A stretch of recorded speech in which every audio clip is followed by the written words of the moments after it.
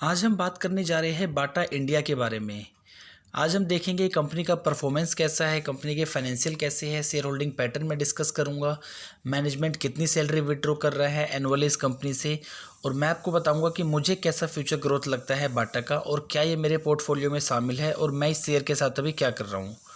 नमस्कार दोस्तों, मेरा नाम है कांति और आप देख रहे हैं आपका अपना चैनल रिटेल इन्वेस्टर का चैनल। वीडियो आपने लाइक नहीं किया हो तो वीडियो को लाइक कर दीजिए, चैनल सब्सक्राइब नहीं किया हो तो चैनल को सब्सक्राइब कर लीजिए। सबसे पहले मैं एक चीज़ आपको बता दूं कि बाटा इंडिया, आपको लगता होगा नाम से ये एक इंडियन कंपनी है, लेकिन इसका जो ओरिजिन है वो हुआ है ऑस्ट्रिया हंगरी में 24 अगस्त 1894 को। तो कंपनी को 124 साल का ह्यूज एक्सपीरियंस है एंड कंपनी के फाउंडर है मिस्टर थॉमस बाटा। तो इन्हीं के नाम पे कंपनी का जो नाम है वो रखा गया है। इसका जो हेडक्वार्टर है वो है स्विट्ज़रलैंड में और कंपनी वर्ल्ड वाइड काम करती है। अब इसके लिए मैं आपको एक लेटेस्ट अपडेट पहले दे दूं कंपनी के बारे में। इनके जो ग्लोबल सीईओ है उनको चेंज करके अभी एक इंडियन सीईओ को ये उपाधि दी गई है, ये पोजीशन दी गई है, जिनका नाम है संदीप कटारिया, मिस्टर संदीप कटारिया। ये एक एक्स आईआईटीएन है दिल्ली के एंड एक्सएलआरआई जमशेदपुर के ये एक स्टूडेंट रह चुके हैं। He was a gold medalist of the 1993 PGDBM batch at XLRI। 24 years का ह्यूज एक्सपीरियंस है मिस्टर कटारिया को। HUL, वोडाफोन इंडिया जैसी कंपनी में ये काम कर चुके हैं। इसके बाद जैसा कि आपको बताया था मैंने, 1894 में इसका ओरिजिन हुआ था। एंड अगर हम यहाँ पे बात करते हैं, 5800 बाटा के अपने स्टोर्स हैं एंड 22 इनके मैन्युफैक्चरिंग फैसिलिटीज़ है। आप देख सकते हैं यहाँ पे Bata operates in more than 70 countries, जिसके लिए इसको एक वर्ल्ड वाइड एमएनसी कंपनी बोला जाता है। सबसे पहले मैं आपको इसका लॉन्ग टर्म चार्ट एक बार बता देता हूँ कैसा है। मैंने आपको बता रखा है किसी भी कंपनी में हमें इन्वेस्ट करना है जब उसका long term chart up trend में हो, जैसा कि इस कंपनी में आप देख सकते हैं अप ट्रेंड में चार्ट है, जो कि काफ़ी पॉजिटिव साइन है किसी भी इन्वेस्टमेंट के लिए, किसी भी रिटेलर्स के लिए। अगर हम बात करें, लगभग 70 रुपये का शेयर हुआ करता था जनवरी 2000 में, जो कि आज लगभग 1700 के आसपास का शेयर है। तो यानी इसने आपके पैसे को 20 से 25 गुना बना के दिया है पिछले 20 सालों में। इसके अगर हम शॉर्ट टर्म चार्ट की बात करते हैं, एक साल की चार्ट की हम बात करते हैं जब से कोविड की दिक्कत आई है, तो यहाँ पे आप देख सकते हैं कंपनी का शेयर प्राइस 1800-1900 के आसपास चल रहा था। हाईएस्ट इसने 1895 में मारा था। उसके बाद ये लोएस्ट लेवल इसका आया था लगभग 1000 रुपये के आसपास, नेट 1000 रुपये इसका लोएस्ट लेवल था। उसके बाद ये यहाँ पे 1300 के आसपास रेंज में चल रहा था, 1400 के। फिर यहाँ पे चार्ट ने ब्रेकआउट दिया है और अभी ये प्राइस हमें लगभग 1600 के आसपास देखने को मिल रहा है। अब हम इसका शेयर होल्डिंग पैटर्न एक बार देख लेते हैं। हमें किसी भी कंपनी में इन्वेस्ट करना चाहिए जब उसके प्रमोटर की होल्डिंग उसमें अच्छी खासी हो। ये हमें बताता है कि प्रमोटर का जो स्टेक है काफ़ी अच्छा स्टेक है। ये एक रिटेलर्स के लिए भी एक पॉजिटिव साइन के तौर पे ये काम करता है।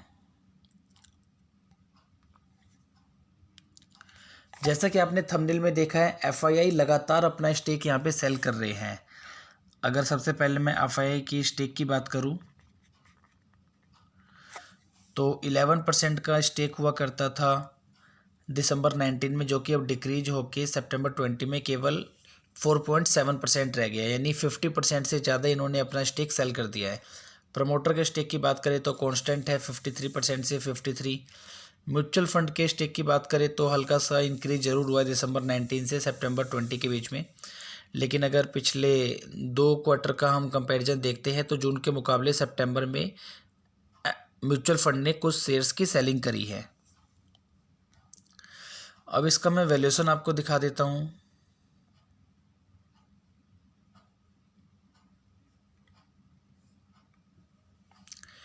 कंपनी का शेयर प्राइस है लगभग 1560 रुपये का।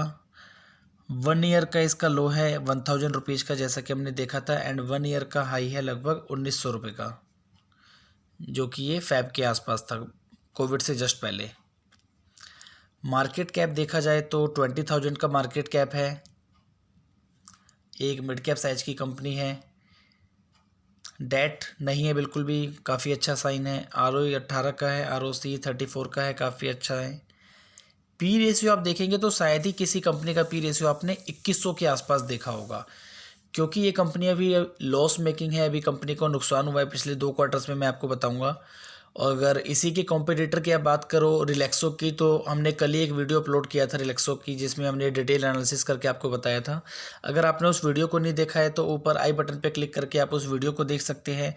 रिलैक्सो का पी रेशियो लगभग 80-90 के आसपास है एंड बाटा का 2157, यानी लॉस मेकिंग कंपनी है, इसलिए एक्चुअली ये इतना हाई पी है। जैसे ये प्रॉफिटेबल होगी तो ये 100-150 के आसपास पिया जाएगा, और अच्छा प्रॉफिट कमाएगी तो 50-60-70 के आसपास आ जाएगा पी रेशियो।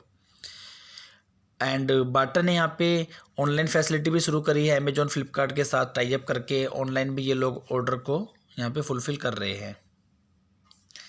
इसके बाद अब हम क्वार्टरली रिजल्ट्स की बात कर लेते हैं। मार्च 20 में आप देखेंगे सेल इनका था 620 करोड़ का, जो कि जून में डिक्रीज होकर 135 करोड़ रह गया एंड सितंबर में लगभग 368 करोड़। जून में इतना डिक्रीज हुआ है क्योंकि अप्रैल एंड मई में तो कम्प्लीटली लॉकडाउन था, ये केवल आप जून की फिगर कह सकते हो 134 करोड़। प्रॉफिट की अगर हम बात करें, मार्च में 38 करोड़ का प्रॉफिट था मार्च 20 में, जो कि जून 20 में लॉस कंपनी को हुआ है लगभग 100 करोड़ का एंड सितंबर में भी लॉस है लगभग 44 करोड़ का। इसी की वजह से हमें पी रेशियो भी 2100 देखने को मिल रहा है। एनुअल प्रॉफिट की बात करें 2 साल का देख लेते हैं, 2900 करोड़ का यहाँ पे सेल था, जो कि मार्च में लगभग वही उसी के आसपास है 3000 करोड़ के।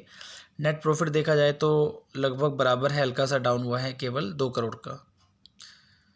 इसके बाद बैलेंस शीट देख लेते हैं। लास्ट 2 ईयर्स का अगर हम देखें तो रिजर्व में अच्छा खासा इंक्रीमेंट हुआ है। बैलेंस शीट का साइज़ है 3600 करोड़, जिसमें लगभग मोर देन 50% यहाँ पे रिजर्व्स है कंपनी के पास। अब असेट्स को अगर हम देखते हैं तो 3600 करोड़ में से करंट असेट है लगभग 2000 करोड़ के, मोर देन 50% है ये भी। और नेट ब्लॉक है 1367 करोड़ के। यहाँ पे कोई हमें बोरोइंग तो हमने यहाँ पे देखा था 0 है, तो बैलेंस शीट भी काफ़ी अच्छा है, कोई दिक्कत वाली बात नहीं है।